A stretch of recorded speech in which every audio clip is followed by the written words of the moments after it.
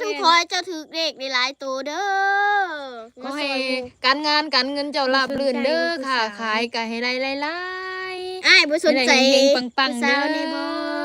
ได้แต่ยืนเหรียญให้เป็นแต่ยื จั น ก เหรียญ คอมเมนต์มาเด้อยู่ใส่เนาะอยู่ฮู้จักกันได้บัดนี้เอาเฟซเอาไลน์กันมาได้ไหมไอดีไลน์มาได้ไหมพอได้ส่งแชทส่งไลน์ของอายให้ดีอยู่ดอก ไม่ใช่ แต่ เสื้อ ว่าอ้องขอบอกคนบ้านนอกอ่องหังอีดีหากจริงหวังแต่งขอน้ำอายอีก3 ปีสาวต้นพึ่งคนนี้หากอายอีดีหวังเข้าแต่งดอก เนี่ย ผมเกี่ยวเราอยู่ ขอบคุณในไลน์ค่ะพี่โอ้ยบ่เคยเจอได้พัดได้ไลฟ์สดมาเนาะเฮาก็หลายมื้อหลาย เจ็ วั ด น ปี แล้ว แต่ว่าที่เฮามานี่นะ 7 ปี 7-8 ปีที่ เฮ็ดยูทูบมา YouTube 7 ปีบ่เคยเจออ้ายคนรออย่างนี้ทั้งรอและก็นำใจดีอีกโอ้ยหาได้ยากแฮง เราคือ ขอบคุณในหลายๆเด้ออ้าย เปอีก น้อง บ่ อ้องซาบซึ้งใจหลาย เปอีกมันนึงยองตายเลย อย่างไร น้องอ้องไว้เจอ ได้เด้ ใจ FC สายเปเนาะสายขอบใจหลายๆเนาะ ตามหามาดนเท่าใด สำหรับพวงมาลัยแล้วก็ อันใด น้ำใจ จะได้ โอ้ยขอบคุณมากๆ300 400นี่ก็ 300 เพื่อสิหาได้มันก็บ่แม่นง่ายได้เนาะมันก็ได้กินข้าวกินน้ำ จะว่า ใส่ใจต่อชีวิตไปหลายเติบเด้ เอาอีก ขอบ หน่ คุ อ ณ ย มากๆนะเด้อะไรพี่เต็มบ่ อุ้ยอ่านดีดู อ่านไม่ได้ครับ เรียงก็เฮ้ย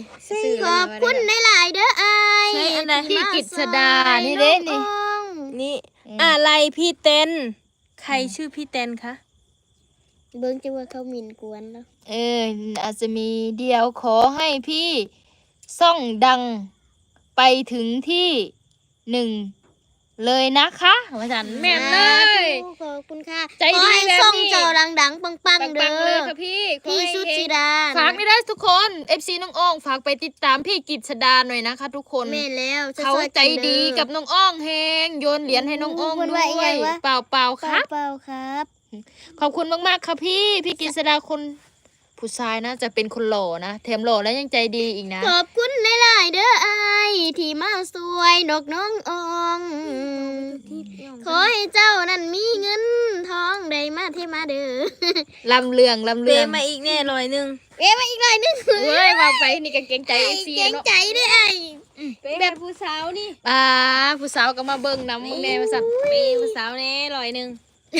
สาวก็ยังได้เงินเห็นน้องอ่องได้เลย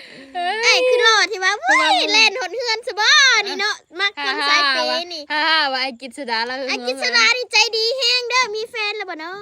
อ่องสิจีบได้ผู้จีบอ่องนะเอาขอบคุณในหลายที่มามินเด้ออย่าลืมกดติดตามส่วนมวลนูของมวลนำกัน ถ้าว่างหน้าที่เห็นคลิปหนูพี่แวะเข้าไปดูซ่องหนูด้วยค่ะ ขอบคุณค่ะ ขอบคุณ ขอให้รวย จ้า ปังๆเด้อพี่ยังก็คือ กิษดา พี่กิษดาคนดอ กิ นะครับ ษดา กิษดา พี่กิษดา ใจดีดับเลย หล่อและยังใจดีอีกขอให้เฮงปังๆเด้อสงกราร มีเงิน ปี ไหล ใหม่ ที่มาเนาะ โชคดีปีใหม่เฮงๆ โอ้ ปังๆ เขาก็ได้ของขวัญปีใหม่น้ำเพิ่นอยู่เด้เนาะ แม่ 300บ่หรือ400 300พุ่นนะ398 98 บาทจุด63สตางค์นะคะ ขอบคุณมากๆค่ะ สาธุให้ได้เงินได้คำได้ ขอบคุณมากๆ เอามาให้เฮาซ้ำนี่ เลย ขอให้ได้ไปหาเจ้า100เท่าพันเท่าเด้อหายังก็ให้ขึ้นให้เกินเนาะ เฮงๆปังๆ ทำงานก็ขอให้ราบรื่นนะคะ ทุกคน อืม ขอบคุณมากๆ น้ำใจ ค่ะ แบบอันประเสริฐให้น้องอ้องนะคะ แม่ ให้ด้วยใจ พวกเราก็ดีใจนะ ขอบคุณ แม่แล้ว มาก จ้ะ ๆเลย เบิด400เนาะมือนี่